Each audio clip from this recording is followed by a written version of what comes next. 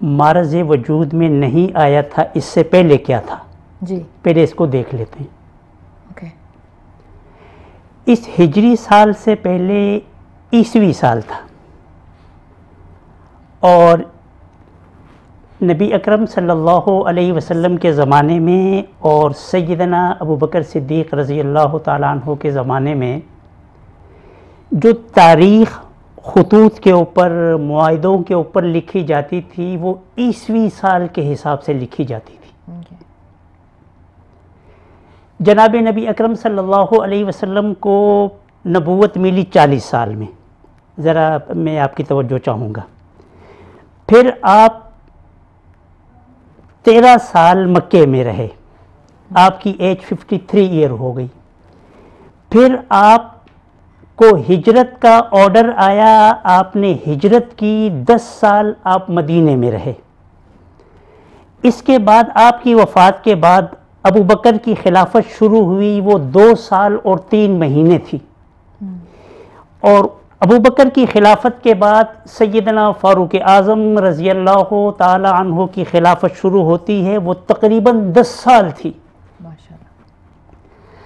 اب ہجرت جب ہوئی اس کے 17 سال کے بعد، جب ابو بکر کی خلافت کے 2.5 سال کمپلیٹ ہوئے اور عمر کی خلافت اپنی 4 سال کمپلیٹ کر چکی تھی، ایک خط سیدنا ابو موسیٰ اشعری رضی اللہ تعالی عنہ نے فاروق اعظم کو لکھا کہ اے امیر المومنین، آپ جب پوری دنیا میں مسلمانوں کے سپہ سالاروں کو، مسلمانوں کے امراء کو، سپہ سالاروں کو، امراء کو اور دیگر بادشاہوں کو خطوط لکھتے ہیں، اس پر تاریخ نہیں ہوتی ہے۔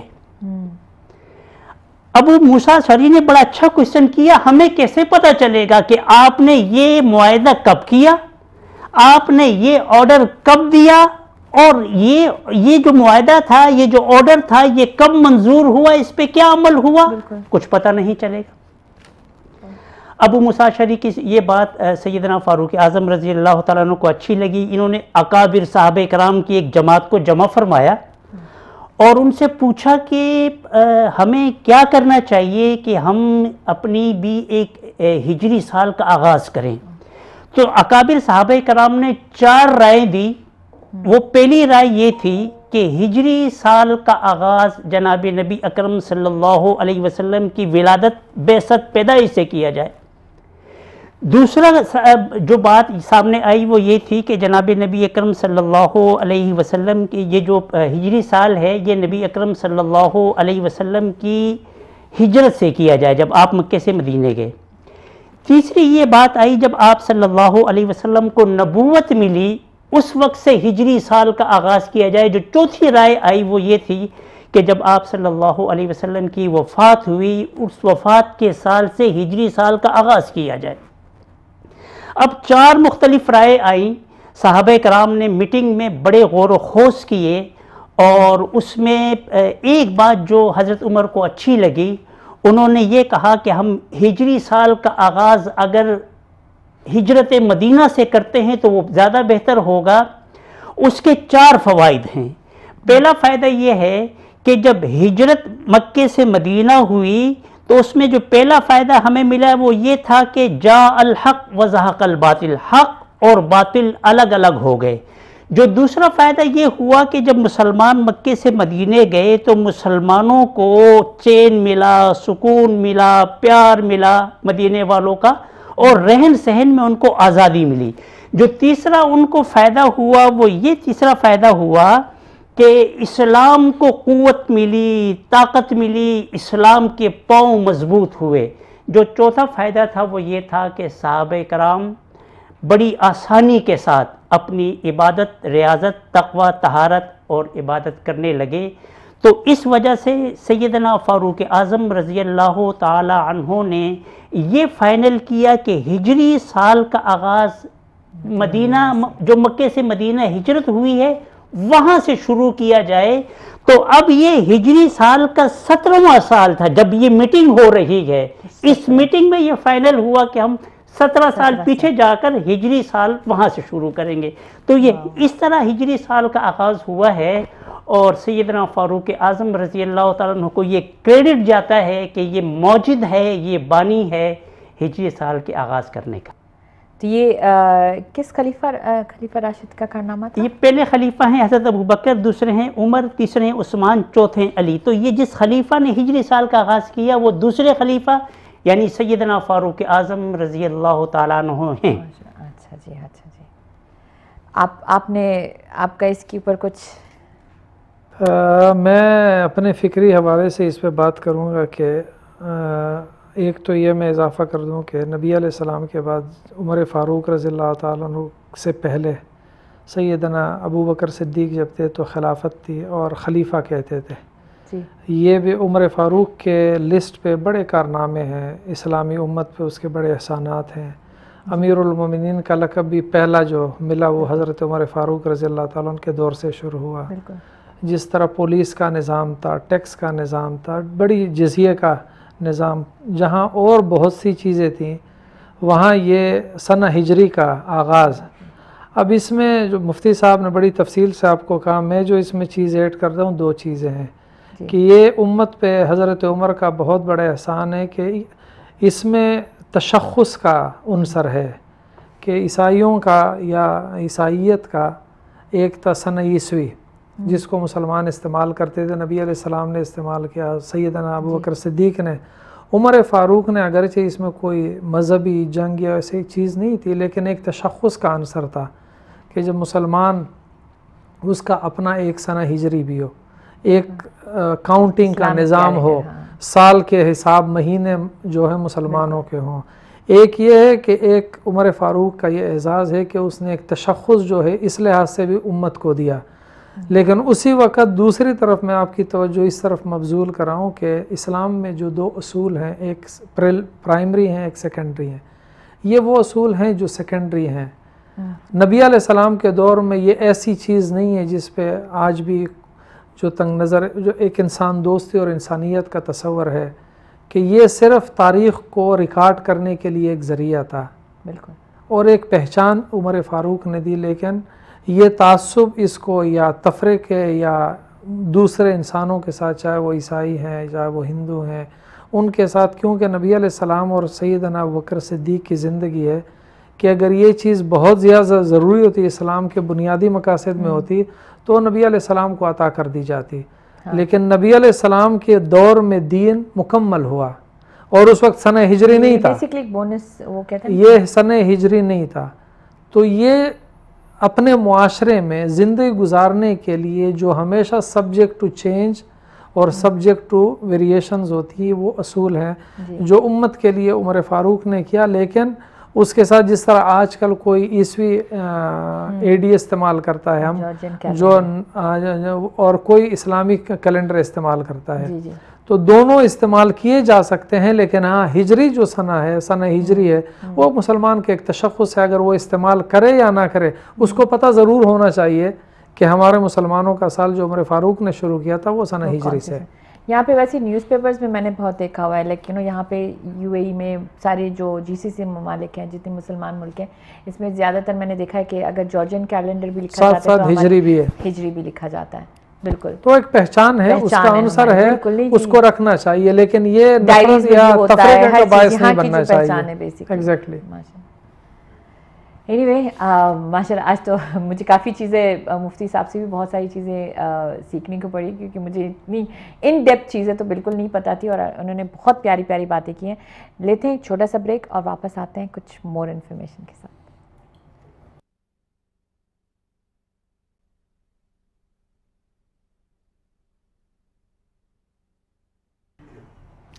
Welcome back.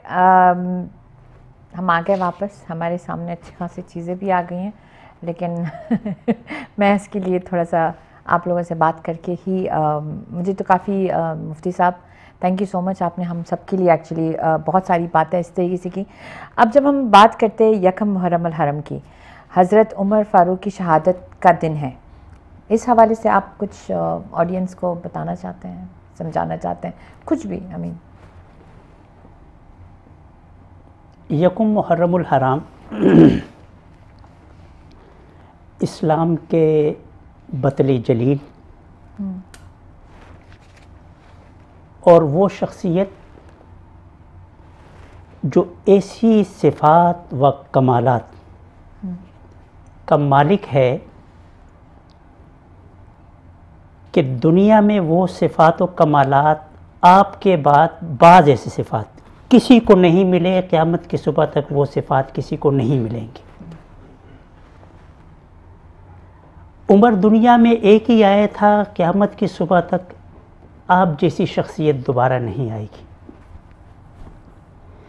عمر جس خمیر سے بنایا گیا تھا وہ جنت کی مٹی تھی، اور عمر آج جہاں مدفون ہیں جناب نبی اکرم صلی اللہ علیہ وسلم کے قریب میں، وہ بھی جنت سے وہ حصہ آیا ہے جہاں آپ صلی اللہ علیہ وسلم مدفون ہیں۔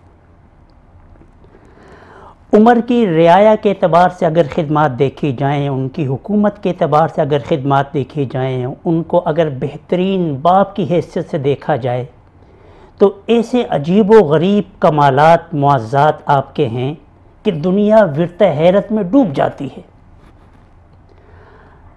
غیر ملکی مستشرقین نے آپ کی جو حکومت ہے 10 سالہ، آپ کی جو خدمات ہیں 10 سالہ، اس پر بڑی ریسرچ کی ہے۔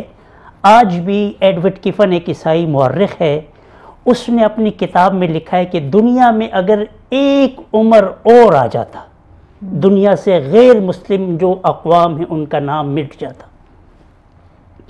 سیدنا فاروق اعظم رضی اللہ تعالی عنہ کی جو وفات ہے وہ یہ جو ہجری سال کا پہلا دن ہے، یکم محرم، اس دن ہوئی ہے۔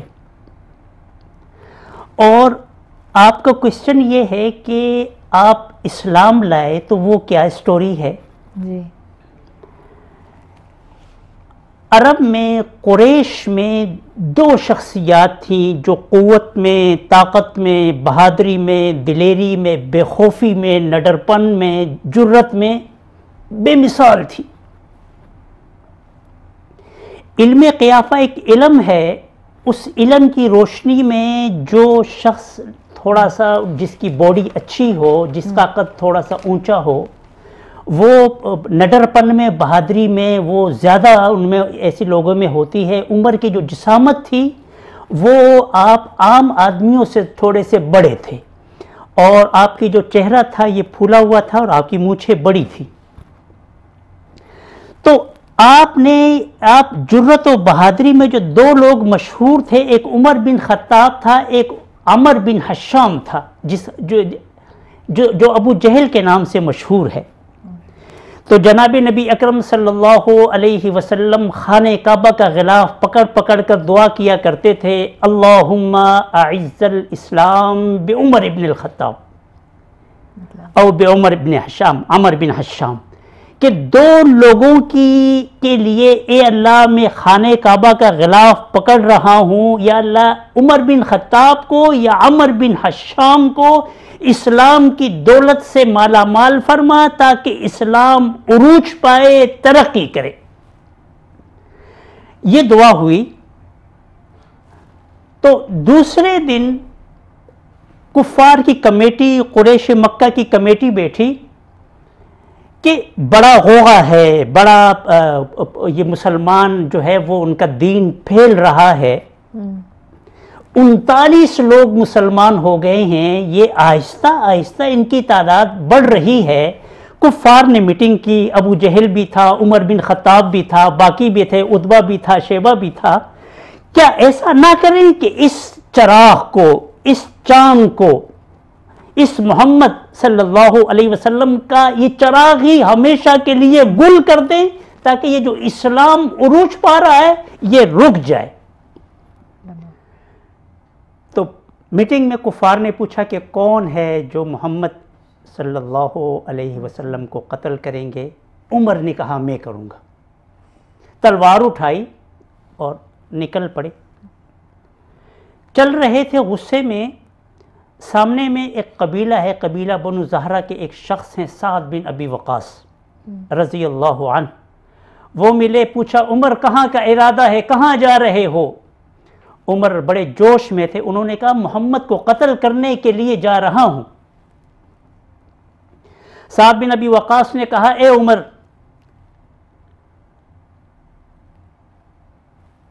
اے عمر پہلے جا اپنے گھر کی خبر لے، تیرے بہن اور بہنوئی بھی مسلمان ہو گئے ہیں۔ اور سعد بن ابی وقاص نے دوسرا یہ کوشچن کیا کہ اے عمر آپ کیسے مطمئن ہو گئے کہ بنو ہاشم، بنو زہرہ اور بنو عبد المناف، اگر آپ نے محمد صلی اللہ علیہ وسلم کو قتل کیا تو یہ 3 قبیلے آپ کو بدلے میں قتل کر دیں گے، آپ کیسے مطمئن ہو گئے؟ عمر نے کہا سعد لگتا ہے کہ تو بھی مسلمان ہو گیا ہے۔ تلوار اٹھائی تو سعد پر حملہ کرنے لگے، تو کہا جا پہلے اپنے گھر کی خبر لے، تیرے بہن اور بہنوئی مسلمان ہو گئے ہیں۔ غصے میں اپنے بہن کے گھر چلے گئے۔ اب عمر کے جو دروازہ بجانے کا انداز تھا وہ سب کو پتا تھا کہ عمر جو ہے جس طرح دروازہ بجاتا ہے، اتفاق سے ایک صحابی رسول ہے، ان کا نام حضرت خباب رضی اللہ تعالی عنہ ہے، وہ عمر کی بہن کو اندر قرآن مجید پڑھا رہے تھے، ایک صحیفہ کاغذ تھا۔ جب عمر نے دروازہ بجایا بہن سمجھ گئی عمر کے دروازے کا انداز یہی ہے، عمر دروازے پر ہے، چنانچہ حضرت خباب رضی اللہ تعالیٰ عنہ جلدی سے گھر کے اندر چھپ گئے، دروازہ کھولا اور وہ جو صحیفہ تھا وہ صحیفہ جلدی میں باہر ہی رہ گیا۔ دروازہ کھلا، عمر نے پوچھا کہ آپ لوگ کیا کر رہے تھے؟ ان کی بہن نے کہا کہ بات چیت کر رہے تھے۔ عمر نے کہا کہ مجھے لگتا ہے کہ آپ لوگ مسلمان ہو گئے ہیں۔ تو جو ان کے بہنوئی تھے ان کو داڑھی سے پکڑا اور خوب مارا۔ جب ان کی بہن عمر کی بہن چھڑانے کے لیے آئی تو زور سے منہ پہ ایسا تماچا مارا کہ منہ سے خون نکلنے لگ گیا۔ اب جب مار پیٹ کر ٹھنڈے ہوئے تو بہن کو دیکھا منہ سے خون نکل رہا ہے تو شرم سی آئی کہ بہن پہ ہاتھ اٹھا لیا ہے۔ تو بہن نے فاروق اعظم کو کہا مرد جس باپ کا خون ہوتا ہے بیٹی اور اس کی بہن اسی باپ کا خون ہوتی ہے۔ جو جرت، جو دلیری، جو بہادری، جو بے خوفی عمر میں اللہ نے رکھی تھی وہ عمر کی بہن میں بھی تھی۔ اب عمر کی بہن نے ایک جملہ عمر کو کہا جو تاریخ کی کتابوں میں مذکور ہے۔ عمر کی بہن نے کہا عمر جو تجھ سے ہو سکتا ہے کر لے، ہم مسلمان ہو گئے ہیں، اب ہم اسلام نہیں چھوڑیں گے۔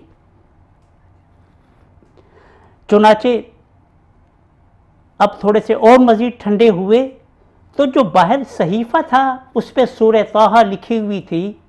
عمر نے کہا یہ کیا ہے؟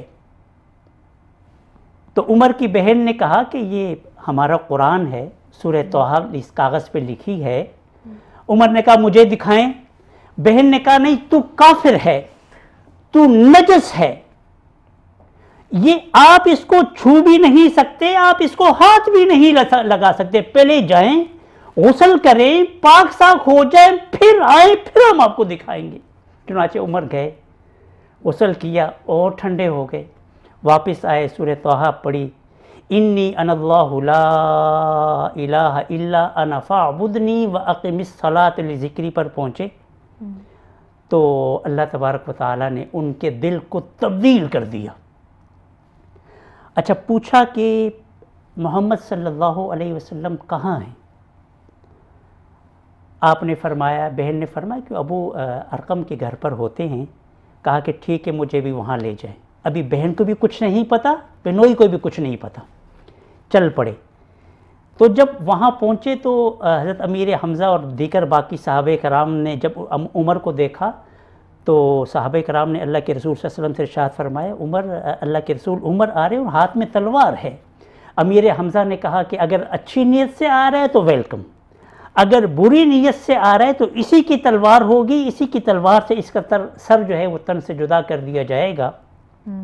چنانچہ آئے، بیٹھے، اور بیٹھنے کے بعد جو ہے وہ اللہ کے رسول صلی اللہ علیہ وسلم سے کچھ دیر میٹنگ ہوئی اور پھر فرمایا کہ اللہ کے رسول مجھے کلمہ پڑھا دے، میں مسلمان ہونا چاہتا ہوں۔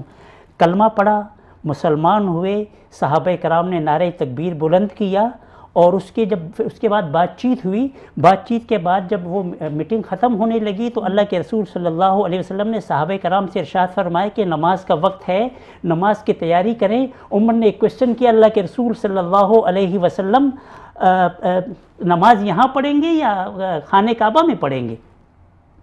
تو اللہ کے رسول نے کہا کہ عمر ہم تو نماز یہی پڑھتے ہیں, آپ کی قوم ہمیں خانہ کعبہ میں نماز نہیں پڑھنے دیتی.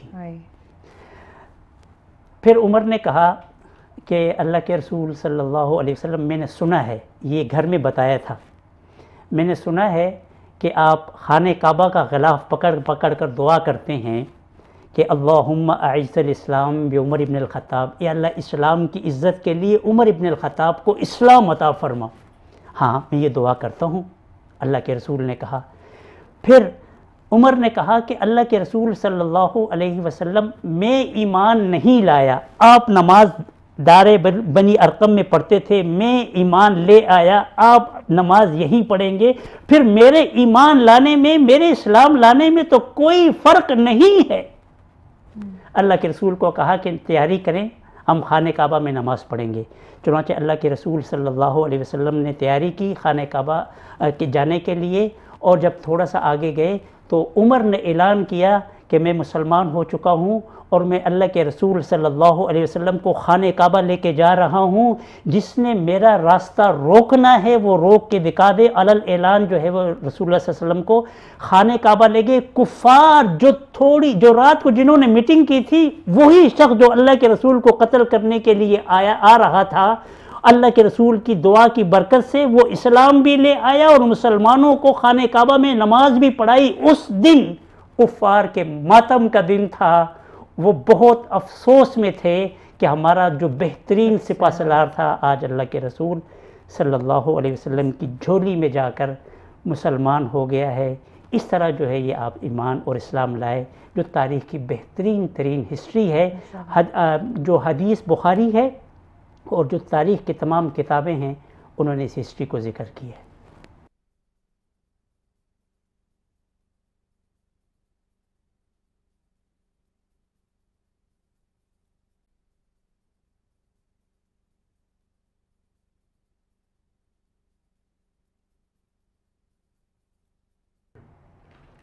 جی بہت پیاری بات تھی. آپ کا اس کے اوپر کچھ اپنی طرف سے کچھ روشنی ڈال سکتے ہیں؟ مفتی صاحب نے تو عمر فاروق رضی اللہ تعالیٰ عنہ کے قبول اسلام کا واقعہ بڑی تفصیل سے بیان کیا. جی اس پہ مزید تو کچھ نہیں کہا جا سکتا, بس وہی تاریخ ہے جو ہمارا ایک خوبصورت باب تاریخ کا. ہاں میں یہ کہوں گا کہ عمر کو اتنی میں شارٹ کٹ اس کو سم اپ کرتا ہوں کہ عمر دعائے نبی ہے. بالکل. اور یہ بھی میرے نبی کی شان میں ایک اللہ تعالیٰ نے جو انبیاء میں میرے نبی کو عظمت عطا کی. حضرت ابراہیم علیہ السلام نے ایک دعا مانگی کہ جی یا اللہ جو تیرا آخری نبی ہوگا وہ میری امت سے, میرے آل سے ہو. ہزاروں سال بعد وہ دعا قبول ہوئی. حضرت موسیٰ علیہ السلام نے اللہ سے دعا مانگی, قبول ہونے میں بڑا ٹائم لگا. یہ میرے نبی کی شان ہے کہ رات کو دعا مانگتے ہیں اور صبح عمر قدموں میں آ کے گر جاتے ہیں. تو اور عمر کی یہ شان ہے کہ وہ دعائے نبی ہے. جس کو ابراہیم نے مانگا وہ ہزاروں سال بعد آیا, لیکن جس کو محمد نے مانگا وہ گھنٹوں اور دنوں میں بھی نہیں, گھنٹوں میں وہ آیا. تو عمر فاروق رضی اللہ تعالیٰ عنہ کی ایک خصوصیت تو یہ ہے کہ دعائے نبی ہے. ہم بات کر رہے تھے محرم کی, میرے خیال میں ہم اس موضوع سے تھوڑا دور چلے گئے. ہمیں یہاں پر جو آج بات کر رہے تھے محرم الحرام کی, تو اس کی پہلی تاریخ کی خصوصیت ہے شہادت عمر. جی. عمر وہ ہے جس کے لیے اللہ تعالیٰ نے, جس کی ہاں میں اور جس کے خوشی اور اختلاف میں کئی بار قرآن نازل ہوا. میں آپ کو صرف اتنا بتا دوں کہ جو پردے کا حکم ہے جی مسلمان عورتوں کے لیے, یہ بھی عمر کی خواہش تھی. جب حضرت عائشہ رضی اللہ تعالیٰ عنہ کو ایک دن انہوں نے کہا کہ امی ارجع الی بیتک, مجھے آپ اچھی نہیں لگتی کہ اس طرح آپ سڑکوں پہ پھرتی رہے میری والدہ, آپ گھر چلی جائیں. اور نبی علیہ السلام کے پوچھنے سے پہلے آیتیں نازل ہوئیں. حضرت عائشہ صدیقہ پر جو بہتان تراشیاں ہوئیں تو یہ عمر کا ہی فیصلہ تھا, تجویز تھی کہ اللہ کے حکم کا انتظار کیا جائے. جب حضرت عائشہ کی صفائی میں 18 آیتیں قرآن کی نازل ہوئیں. اسی طرح ایک یہودی اور ایک منافق کا جب جھگڑا ہوا اور نبی علیہ السلام کا فیصلہ نہ ماننے پر عمر نے اس کا سر اڑا دیا, تو اللہ تعالیٰ نے عمر کے اس فیصلے کی تائید میں قرآن کی آیتیں نازل کی ہیں. اور یہ شان عمر ہے. اور ہم جب محرم الحرام مناتے ہیں, بیسیکلی محرم ایک تو اسلامی تاریخ سال کا ابتدا ہے, لیکن ہماری تاریخ میں محرم کا تعلق ظلم اور جبر کے سامنے ڈٹ جانے کو ہے. نبی علیہ السلام کو جو دین عطا کیا گیا, میں ان کو خوبصورت الفاظ میں یہ کہتا ہوں کہ وہ دین کا آغاز نبی علیہ السلام نے کیا. دین شرعی طور پر قوانین کے لحاظ سے, نواہی اور اوامر کے لحاظ سے نبی کی زندگی میں مکمل ہوا, لیکن هو الذی ارسل رسولہ بالہدی ودین الحق لیظہرہ علی الدین کلہ. یہ جو قرآن کی آیت ہے نا کہ ہم نے اس دین کو سارے ادیان پر اوپر لانے کے لیے بھیجا ہے تاکہ یہ حکومت کرے, اس آیت کی صحیح تعبیر جو ہے وہ عمر کے دور میں ہوئی جب 22 لاکھ مربع میل پر وہ حکومت کر رہے تھے. جو دین نبی علیہ السلام کو اللہ نے دیا اور جس دین کو نبی علیہ السلام امت کے حوالے کر گئے, یہ بھی عمر فاروق کی شان ہے کہ اس کی معراج جو خلافت مسلمانوں کا قرآن کا منتہائے نظر ہے, جس چیز کے لیے اللہ نے انسان کو بھیجا دنیا پر, خلافت, اس خلافت کی خوبصورت تعبیر اور معراج آپ کو اسلامی تاریخ میں اگر کہیں نظر آتی ہے تو عمر فاروق کا دور حکومت ہے. اور یہ عمر فاروق عدل کے لیے اور انصاف کے لیے جب پوری دنیا میں مانے جاتے ہیں, اور اس نے جو عدل و انصاف کی ایک بے نظیر تاریخ اور داستانیں رقم کی ہیں, یہ محرم ہمارا ظلم اور جبر اور انصاف و عدل کا بیچ میں جو لڑائی ہے اس کی ابتدا عمر نے کی, اور اس کا معراج اس لڑائی کا نواس رسول صلی اللہ علیہ وسلم حضرت امام حسین نے کربلا کے میدان میں کی. تو عمر فاروق رضی اللہ تعالیٰ عنہ کی خصوصیات پہ تو آپ کو دن نہیں مہینے چاہیے, لیکن ہم جس موضوع پہ آج بات کر رہے ہیں یہاں پر کہ محرم ہماری تاریخ میں ظلم اور جبر کے خلاف ڈٹ جانے کے لحاظ سے یاد کی جاتی ہے. اور اس میں جو سب سے 2 بڑے واقعات ہیں, ایک شہادت عمر ہے 1 محرم کو, اور 10 محرم کو نواس رسول کی شہادت ہے. اور یہ عمر کی زندگی پوری ظلم اور جبر کے خلاف لڑتے ہوئے اور عدل و انصاف کے قیام کے لیے گزری, اور اسی لڑائی میں مسلمانوں کی حکومت کو کہاں سے کہاں پہنچا دیا اس نے, اور اسی لڑائی کو لڑتے ہوئے جام شہادت نوش کیا. اور اسی لڑائی کی ایک تاریخ ساز مثال پھر نواس رسول امام حسین رضی اللہ تعالیٰ عنہ نے کربلا کے میدان میں کی. تو ہم اس مہینے کو عمر فاروق اور امام حسین کی جو 2 بڑی شہادتیں ہیں, اور پھر کربلا کے میدان میں امام حسین کا یزید کے خلاف ڈٹ جانا بے سر و سامانی کے عالم میں. کسی شاعر نے جو کہا کہ مرگ قتل حسین اصل میں مرگ یزید ہے, اور اسلام زندہ ہوتا ہے ہر کربلا کے بعد. یہ وہ تعلیم ہے جو ہمیں محرم دیتا ہے, اور ہم بحیثیت مسلمان کے, میں نہ شیعہ نہ سنی کی بات نہیں کر رہا, یہ اسلام کی میراث ہے. حضرت عمر اسلام کا اثاثہ ہیں, اسلام کا فخر ہیں. حضرت امام حسین اسلام کا فخر ہے, اور وہ ایک نواس رسول ہے, ایک دعائے رسول ہے. ان کو نہ اللہ نے موت کے بعد بھی نبی اور عمر کو کبھی جدا نہیں کیا, ساتھ ساتھ لیٹے ہوئے ہیں. اور زندگی میں بھی میں نے کہا ایک نواس رسول ہے, ایک دعائے رسول ہے. تو ان 2 کی جو شہادتیں ہیں یہ ہماری تاریخ کے ایک بہت بڑا سرمایہ ہے. اور میں چاہتا ہوں کہ ہماری جو نئی نسل ہے وہ بلا تفرقہ بازی اور اس کی عینک کو اتار کر کہ کون کیا ہم مسلمان ہیں, اور یہ اسلامی تاریخ کا اثاثہ ہے, ان کے بارے میں ہمیں پڑھنا چاہیے, اور ان کے بارے میں ہمیں تحقیق کرنی چاہیے اس نظر سے کہ یہ ہمارے لیے باعث فخر ہے کہ ہمارے آبا و اجداد ظلم کے خلاف ڈٹ گئے تھے اور جبر کے خلاف ڈٹ گئے تھے. انہوں نے کبھی ظالم اور جابر کے سامنے اپنا سر نہیں جھکایا, اور انصاف کے لیے ان کی پوری زندگی لڑائی لڑتے رہے انصاف کی. بہت خوب. جب میں اس پروگرام کی تیاری کر رہی تھی تو مجھے علم ہوا کہ محرم کا جو چاند دیکھنا ہوتا ہے وہ اور توبہ کرنا ہوتا ہے. محرم میں اس کی خاص فضیلت اور خیر برکت ہے. ایک آپ نے یہ پوچھا ہے کہ چاند دیکھنا جی اور توبہ کرنا، جی کیا محرم میں اس کی کوئی فضیلت ہے؟ عرض یہ ہے کہ کسی بھی اسلامی مہینے کا چاند دیکھنا یہ مسنون ہے. مسنون کا معنی یہ ہے کہ جناب نبی اکرم صلی اللہ علیہ وسلم کی سنت ہے. اب جب محرم کا ہم چاند دیکھتے ہیں تو اس میں ایک تو سنت کا ثواب ہے، اور جب نیا چاند کسی بھی مہینے کا دیکھا جائے اور یہ دعا پڑھی جائے، اللہم احلہ علینا بالامن والایمان والسلامتی والاسلام ربی و ربک اللہ. اس کا معنی یہ ہے کہ اے اللہ ہمیں امن، سلامتی اور اسلام عطا فرما. اور یہ جو چاند ہے، چاند کو مخاطب کرتے ہوئے فرمایا کہ اے چاند تیرا اور میرا رب جو ہے وہ خدا ہے. تو جب چاند دیکھا جائے اور یہ دعا پڑھی جائے، اس میں ایک تو سنت ہے، دوسرا یہ ہے کہ یہ خیر اور برکت کا ذریعہ ہے. دوسرا یہ ہے کہ سنن ترمذی جو صحاح ستہ کی حدیث کی کتاب ہے، اس میں حدیث نمبر 741 ہے کہ جناب نبی اکرم صلی اللہ علیہ وسلم نے ارشاد فرمایا، جس کا مفہوم ہے کہ اللہ تبارک و تعالی نے محرم الحرام میں عاشورہ کے دن بنی اسرائیل کی توبہ قبول کی تھی.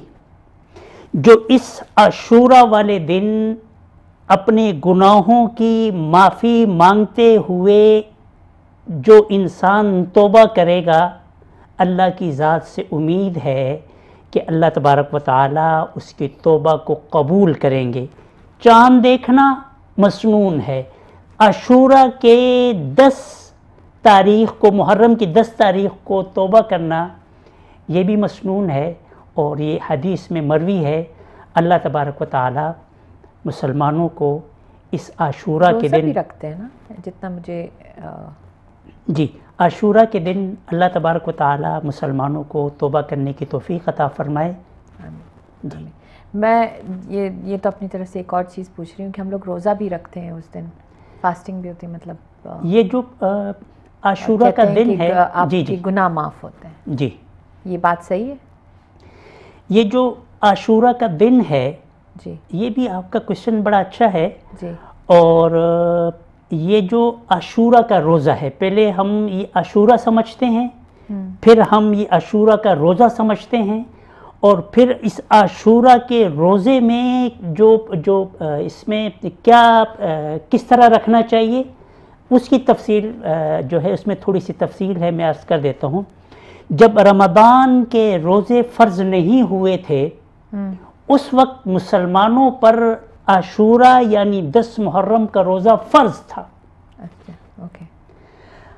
صحابہ کرام عاشورہ کا روزہ رکھتے تھے. جب رمضان کے روزے فرض ہوئے تو جو عاشورہ کا روزہ تھا اس کی فرضیت ختم ہو گئی اور وہ مستحب کے درجے میں چلا گیا. اچھا، جب یہ مسلمانوں نے رمضان کے روزے رکھنا شروع کیے تو جناب نبی اکرم صلی اللہ علیہ وسلم کی زندگی کا جب آخری سال تھا، یعنی جب آپ کی ایج 63 سال پر پہنچی، آپ کو صحابہ کرام نے کہا، اللہ کے رسول صلی اللہ علیہ وسلم یہود بھی عاشورہ کے دن روزہ رکھتے ہیں، اور یہود بھی اس 10 محرم کو مقدس سمجھتے ہیں. اللہ کے رسول صلی اللہ علیہ وسلم نے فرمایا، اگر آئندہ سال میں زندہ رہا تو میں 10 محرم کے ساتھ 9 محرم کا روزہ بھی رکھوں گا. اچھا، اب ابن عباس رضی اللہ تعالیٰ عنہ فرماتے ہیں کہ یہ اللہ کے رسول صلی اللہ علیہ وسلم نے اس لیے کہا کہ میں 10 محرم کے ساتھ 9 محرم کا روزہ رکھوں گا کہ یہود کی مخالفت ہو جائے. یہود 10 محرم کو رکھتے تھے اور میں 9 کو بھی رکھوں گا اور 10 کو بھی رکھوں گا. علامہ انور شاہ کشمیری رحمۃ اللہ علیہ بر صغیر کے بڑے جید اکابرین میں سے ہیں، وہ فرماتے ہیں، اس کو 3 کیٹیگری میں ڈیوائڈ کرتے ہیں۔ وہ فرماتے ہیں کہ بہتر یہ ہے کہ کوئی 9 محرم کا بھی روزہ رکھے، 10 محرم کا بھی روزہ رکھے اور 11 کا بھی رکھے، یہ افضل ہے 3 روزے رکھے۔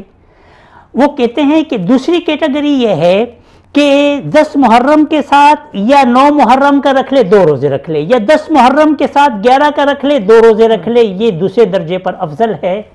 اور وہ تیسرا درجہ یہ ہے کہ ہم مسلمان کمزور ہیں، لوگ اپنی مصروفیات میں بزی ہیں، تو اگر کوئی 10 محرم کا روزہ بھی رکھ لیتا ہے اور اس کو 9 کا اور 11 کا موقع نہیں ملتا ہے، تب یہ تیسری کیٹیگری میں جو ہے یہ ثواب کے درجے میں آ جائے گا۔ تو یہ روزے کی یہ فضیلت ہے، اور عاشورہ کا دن بڑی قدر و منزلت کا حامل ہے۔ اللہ تبارک و تعالی ہمیں اور تمام مسلمانوں کو اس دن روزہ رکھنے کی، توبہ کرنے کی، استغفار کرنے کی توفیق عطا فرمائے۔ آمین آمین۔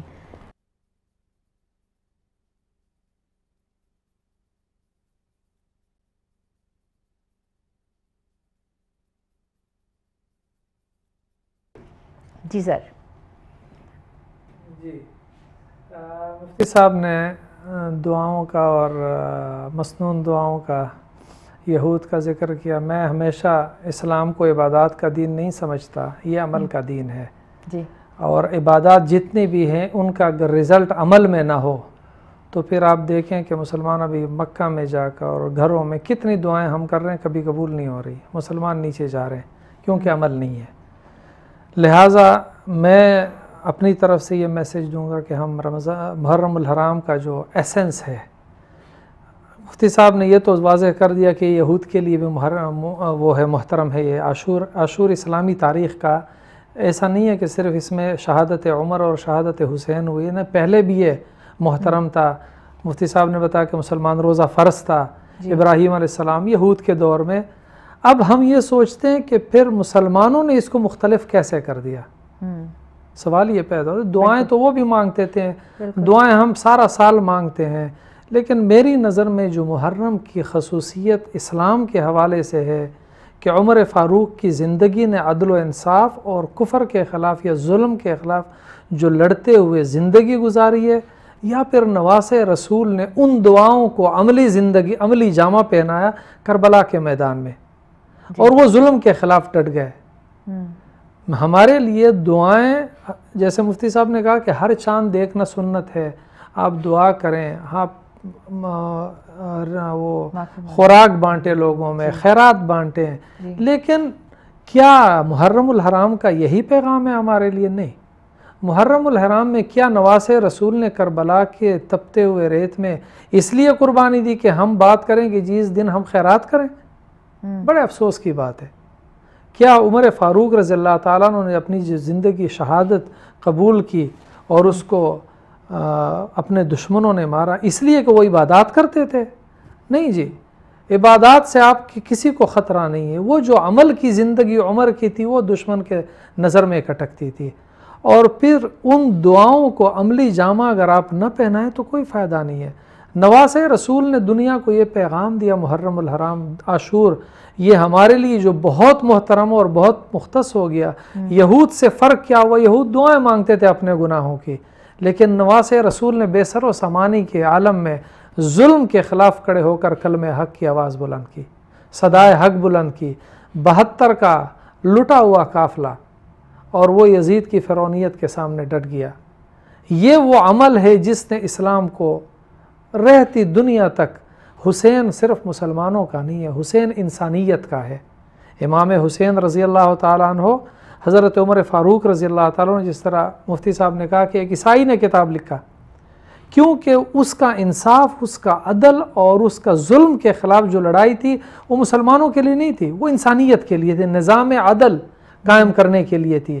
پھر آ کے امام حسین نے جو قربانی دی ہے، وہ ظلم کے خلاف لڑتے ہوئے علم بغاوت جو بلند، وہ مسلمان تھے، لیکن وہ لڑائی انسانیت کی تھی۔ خدا کے بندوں کو بندوں کی غلامی سے نکال کر خدا کی غلامی میں دینا، اس کے لیے جو امام حسین کی قربانی ہے، اس کی وجہ سے مسلمانوں میں جو عاشور کا احترام ہے اور دوسرے اقوام سے یا دوسرے مذاہب سے امام حسین کے خون نے اور اس کی قربانی نے اس کو بالکل معراج پر پہنچا دیا. اور ہم اتنے مختلف ہو گئے یہود سے یا عیسائیوں سے کہ دیکھو آپ لوگ صرف اس دن کو متبرک جانتے تھے کہ آپ دعائیں کرتے تھے اپنے گناہوں کی، لیکن حسین اپنے لیے نہیں لڑا، وہ انسانیت کے لیے لڑا اور اس نے اپنے پورے خاندان کی قربانی دی اس دن، اور دنیا کو یہ پیغام دیا جب تک دنیا ہے کہ کبھی ظلم کے سامنے سر نہ جھکانا، کبھی غلط کو صحیح نہ کہنا، اور ہمیشہ حق کا ساتھ دیتے رہنا چاہے آپ کے پاس وسائل ہو یا نہ ہو. یہ ایک بہت بڑی قربانی تھی جو نواس رسول نے اور عمر فاروق کی جو حکومت تھی. یہ دو زندگیاں جو ہیں انہوں نے عاشور اور محرم الحرام کو باقی اقوام کے مقابلے میں بہت اسلام کو اور مسلمانوں کو ایک بالکل الگ مقام پہ لا کر کھڑا کر دیا. اور ہمیں چاہیے کہ محرم الحرام اور عاشور کا یہ پیغام، دعائیں بے شک کریں، عبادات بے شک کریں، لیکن ان عبادات کا جیسے میں نے کہا اگر عمل نہ ہو تو پھر کوئی فائدہ نہیں ہے. لہٰذا ہمیں یہ میسج واقعہ کربلا کا اور حضرت عمر کی زندگی کا یاد رکھنا چاہیے کہ میسج کیا ہے اس مہینے کا، عدل و انصاف کے نظام کا قیام اور اس ظلم کے خلاف لڑتے ہوئے جان تک دینا، لیکن ظالم کو ظالم کہنا. بالکل، شکریہ. مفتی صاحب، میں نے سنا ہے کہ عاشورہ کے دن گھر والوں کے کھانے پینے میں غسل اور خورشیدگی. جی آپ نے بالکل صحیح سنا ہے جی کہ عاشورہ یعنی 10 محرم کے دن جو گھر کا ہیڈ ہے، گھر کا سربراہ ہے، جی اگر وہ اپنے گھر والوں پر کھانے پینے میں وسعت پیدا کرے، کشادگی پیدا کرے، عاشورہ والے دن انہیں عام روٹین سے ذرا اچھا کھانا لا کر دے تاکہ وہ پکائیں اور سب مل کر کھائیں. اس کی حدیث میں فضیلت آئی ہے. حضرت عبداللہ بن مسعود رضی اللہ تعالی عنہ فرماتے ہیں کہ جناب نبی اکرم صلی اللہ علیہ وسلم نے ارشاد فرمایا کہ جو شخص عاشورہ والے دن اپنے گھر والوں کو اچھا کھانا کھلائے، کھانے میں وسعت اور کشادگی پیدا کرے، اللہ تبارک و تعالی اس کی برکت سے پورا سال اسے کشادہ رزق عطا فرمائیں گے. آپ نے بالکل صحیح سنا ہے، ایسا ہی ہے. اچھا، عرض یہ ہے کہ یہ حدیث ضعیف ہے لیکن کئی صحابہ کرام سے مروی ہے، تو مسائل میں اکابر علماء کرام فرماتے ہیں، محدثین فرماتے ہیں کہ اس طرح کی حدیث جو کئی طرق سے، کئی انداز سے مختلف صحابہ سے مروی ہو، فضائل میں چل جاتی. ماشاءاللہ. اچھا، ایک آخری سوال، کیونکہ ہمارے پاس ٹائم بہت کم ہے، تو میں ایک آخری سوال جو کہ کافی پوچھا جاتا ہے، محرم میں نکاح کرنا جائز ہے یا نہیں ہے؟ بعض حضرات یہ فرماتے ہیں کہ یہ جو محرم کا مہینہ ہے یہ سوگ کا مہینہ ہے، بالکل، اور یہ حسین ابن علی کی شہادت کا مہینہ ہے، یہ فاروق اعظم رضی اللہ تعالیٰ عنہ کی شہادت کا مہینہ ہے. ایک کانسیپٹ ہے لوگوں کے ذہنوں میں کہ یہ سوگ کا مہینہ ہے، اس لیے وہ محرم الحرام میں نکاح نہیں کرتے ہیں. اچھا، یہ تو سنی سنائی بات ہے، جس طرح آپ نے بھی سنا ہے اور یہ معاشرے میں بھی ہے، اور لوگ یقیناً اس پر عمل نہیں کرتے ہیں. لیکن علماء کرام فرماتے ہیں کہ جو چیز معاشرے میں غلط فیمس ہو جائے، جو چیز غلط فیمس ہو جائے، پھر اس غلط کو کرنا اس پر زیادہ اجر ہے. اور ہسٹری میں ہے کہ سیدنا فاطمۃ الزہرا رضی اللہ تعالی عنہا جو حضور اکرم صلی اللہ علیہ وسلم کی چہیتی بیٹی تھی، علی المرتضیٰ رضی اللہ تعالی عنہ سے آپ کا نکاح 2 ہجری اور ماہ محرم میں ہوا ہے. تو جب علی اور فاطمہ کا نکاح محرم میں ہوا اور اللہ کے رسول صلی اللہ علیہ وسلم نے کیا، تو اس مہینے میں نکاح کرنے میں کوئی قباحت نہیں ہے. اور جو غلط مشہور ہے، اگر اس غلط کو کوئی اس پر عمل کرنے کے لیے تاکہ صحیح بات معاشرے میں مشہور ہو جائے، علماء کرام فرماتے ہیں کہ وہ باعث اجر و ثواب ہے. اس لیے محرم الحرام میں نکاح کرنا اس میں کوئی قباحت نہیں ہے. آپ کا اس کے اوپر کچھ؟ جی بالکل، مفتی صاحب نے صحیح کہا کہ انہوں نے جس طرح کہا کہ محرم سوگ کا مہینہ ہے، میں اپنی طرف سے سارے مسلمانوں کو جس میں جس فرقے سے جس کا تعلق ہو، میں کہتا ہوں کہ حسین کی شہادت میرے لیے باعث سوگ نہیں ہے، باعث فخر ہے، کیونکہ حسین نے انسانیت کی بقا کے لیے بہت بڑی قربانی دی، اور شہید کبھی مرا نہیں کرتے۔ قرآن کہتا ہے حسین آج بھی زندہ ہے، عمر آج بھی زندہ ہے، اور جب تک دنیا ہے، لہٰذا ان کی قربانیوں کو اپنے فیملی، اپنے قوم، اپنے لوگوں کے سامنے بیان کرنا اور ان کی ان قربانیوں پہ غمزدہ ہونا، یہ ایک فطری عمل ہے۔ انسان غمزدہ ہوتے ان کا ہستیوں کو، لیکن اسی وقت بحیثیت قوم اور بحیثیت مسلمان ہم اس پر بجا طور پر فخر بھی کرتے ہیں، اور ہم اپنا سینہ چوڑا کر کے اقوام عالم میں کہتے ہیں کہ یہ ہمارے سپوت تھے جنہوں نے پوری دنیا میں عدل و انصاف کی مثالیں قائم کی، یہ نواسے رسول تھے جس نے ظلم کے خلاف لڑتے ہوئے رہتی دنیا تک ظالم سے بغاوت اور مظلوم کی حمایت میں اپنے پورے خاندان کی قربانی دی، اور یہ مسلمانوں کے لیے باعث فخر اور ایسا واقعہ ہے جس پر رہتی دنیا تک ہم فخر کرتے رہیں گے۔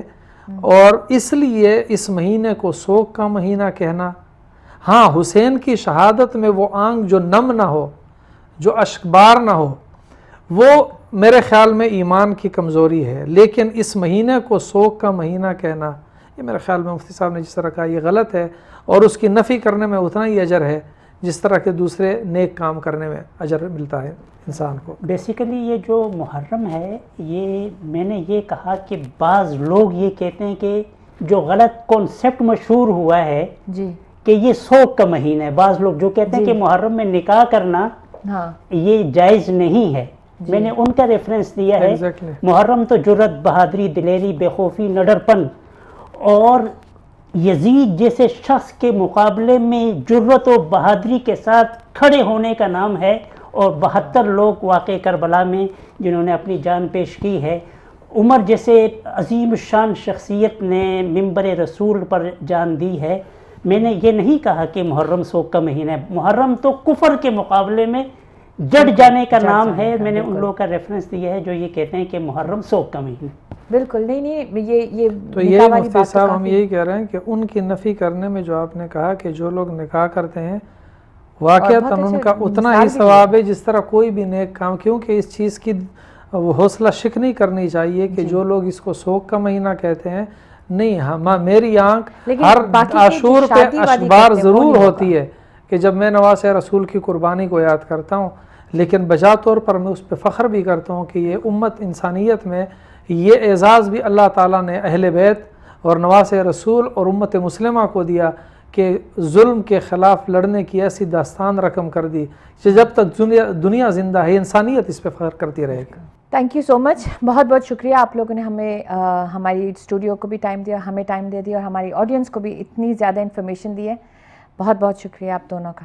انشاءاللہ ملتے ہیں اگلے ہفتے۔